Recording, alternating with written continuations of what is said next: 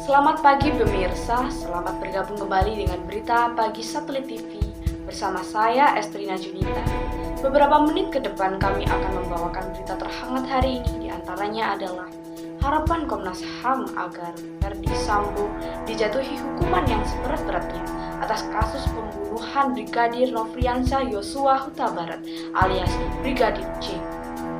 Dan terakhir adalah kabar tentang Indonesia yang siap mengirim bantuan kemanusiaan ke negara Ukraina. Baiklah pemirsa, inilah informasi selengkapnya. Senin 12 September 2022 saat menghadiri konferensi pers di kantor Kemenkopolhukam, Komnas HAM Ahmad Taufan Damanik sampaikan harapannya agar hakim pengadilan kasus kematian Brigadir J bisa menjatuhkan hukuman paling berat terhadap mantan Kadif Propam Irjen Ferdy Sambo. Harapan yang dilontarkan Taufan bukan tanpa alasan.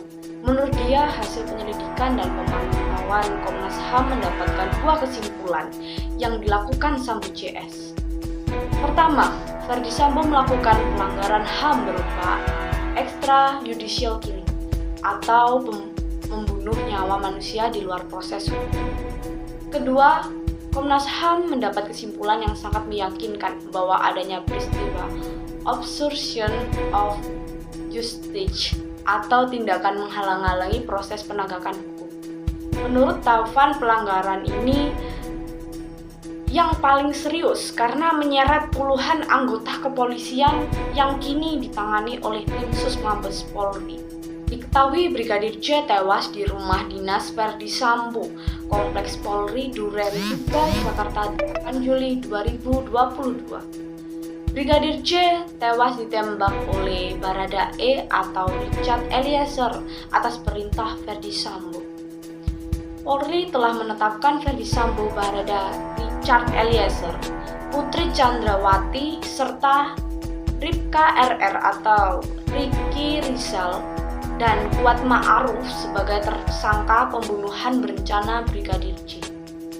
Atas perbuatan mereka, kelima tersangka itu dijerat pasal pembunuhan berencana yang termaktub dalam pasal 340 subsidiar, pasal 338 junto, pasal 55 dan pasal 56 Kitab Undang-Undang Hukum Pidana KUHP dengan ancaman seumur hidup dan hukuman mati. Kamis 28 April 2022, Presiden Joko Widodo lewat sambungan telepon kepada Presiden Ukraina menyatakan Indonesia tidak akan mengirimkan bantuan berupa persenjataan seperti permintaan Volodymyr Zelensky, Presiden Ukraina. Meski demikian, Indonesia tetap bersedia untuk mengirim bantuan kemanusiaan dalam waktu dekat ke wilayah Ukraina yang terlibat pertempuran dengan militer Rusia. Dalam keterangan pers secara daring Jumat 29 April 2022, Jokowi mengatakan bahwa Indonesia tidak bisa memenuhi permintaan Zelensky karena prinsip politik luar negeri bebas aktif.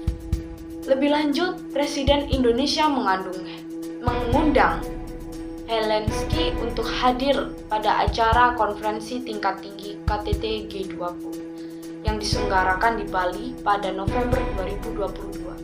Menurutnya, perang Rusia-Ukraina harus segera dihentikan karena berpengaruh pada proses pemulihan ekonomi dunia pasca pandemi COVID-19.